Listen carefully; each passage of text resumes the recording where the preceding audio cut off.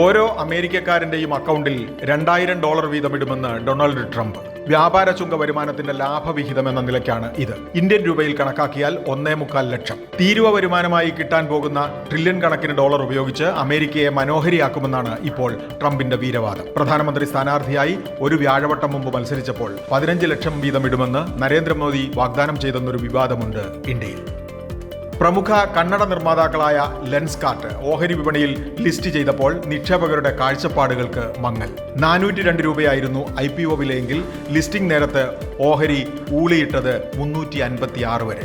പിന്നെ പൊന്തിയത് 413.75. വീണ്ടും താഴേക്ക്. ഇഷ്യൂ വില അന്യായമോ?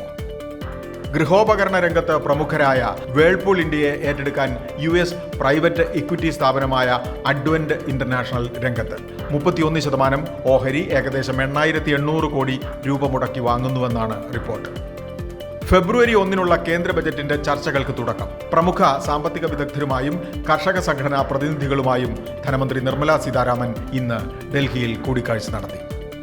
ഓഹരി വിപണിക്ക് ഇന്ന് പച്ചപ്പാണെങ്കിലും വിദേശ നിക്ഷേപകർ വിൽപ്പന ജ്വരത്തിൽ. നവംബർ പിറന്ന ശേഷം വിറ്റുമാറിയത് 12,569 കോടി രൂപയ്ക്ക്.